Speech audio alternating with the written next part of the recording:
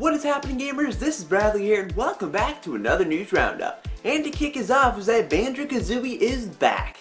Kind of. And I say that is because former core members of the development studio Rare have started their own studio called Platonic Games, and they've announced a new game that for now is called Project Ukulele. They state that it's a worthy spiritual successor to platforming adventures they have worked on in the past, which would be like Banjo Kazooie and Donkey Kong. But beyond that, we really don't know a whole lot about Project Ukulele at this point. We do know that it's a platformer, and they did release this teaser image for the game, which shows some creatures hiding in the shadows of a bush.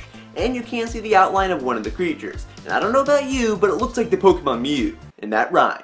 But we don't have to wait very long to get a better understanding of what Project Ukulele is about, because Platonic Games is going to be giving us our first glimpse of Project Ukulele in the next issue of Edge magazine, which releases tomorrow, February 12th. Project Ukulele is very early in development though, so it's still a ways away, but Platonic is hoping that fans will help shape the direction that the game will take. But the lingering question you might have is, will Project Ukulele come to the Wii U? Well, to put it simply, maybe. Platonic said that they have a history of working with Nintendo, so they would naturally love to bring their game to a Nintendo platform. So I say there's a good chance of it happening. We really don't see a whole lot of 3D platforming collectathon type games nowadays in the same vein as Donkey Kong 64 and Banjo Kazooie, and we don't even know for sure yet if that's what Project Ukulele is like. But whatever Platonic is working on, if it feels new and innovative and fresh, then sure, bring it over to the Wii U. But go ahead and sound off in the comments below and tell me what you guys think about this Banjo Kazooie spiritual successor. Moving away from Project Ukulele though is a pretty interesting rumor that has to do with a new 3DS remake of The Legend of Zelda Twilight Princess. This is a complete rumor as of right now, but apparently multiple GameStop employees are saying that a local Nintendo representative who visits various GameStop locations to deal with Nintendo products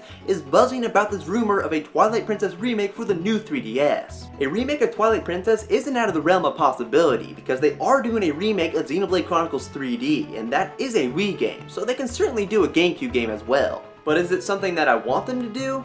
No. I really have no interest in a remake of Twilight Princess on the new 3DS. It just really wouldn't feel enhanced or special. I guess the 3D effect would be cool, but I'd rather them remake something that I haven't actually played, like Super Mario Sunshine. And the gameplay could actually be enhanced by the 3D effect, because it is a platformer. But beyond that, I'd rather have them make something that's actually original for the new 3DS, instead of having it be a remake machine. But whatever, this might just turn out to be bogus and nothing might actually happen. But what do you guys think about a Twilight Princess remake for the new 3DS? Leave a comment below.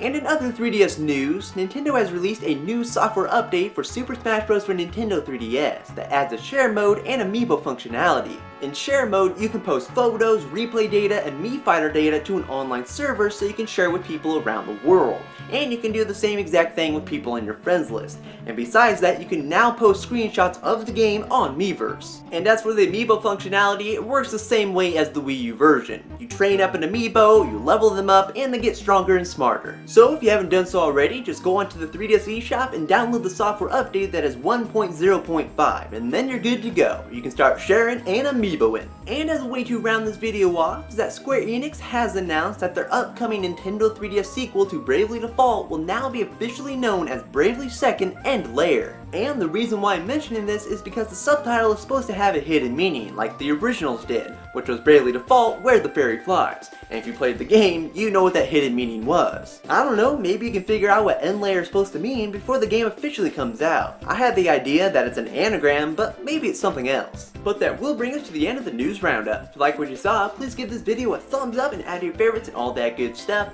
and you can stay tuned for more videos in the future. A new episode of That's Nintendo Crazy will be going up this Saturday, so you can stay tuned for that, but I will talk to you in the next video, guys. Bye!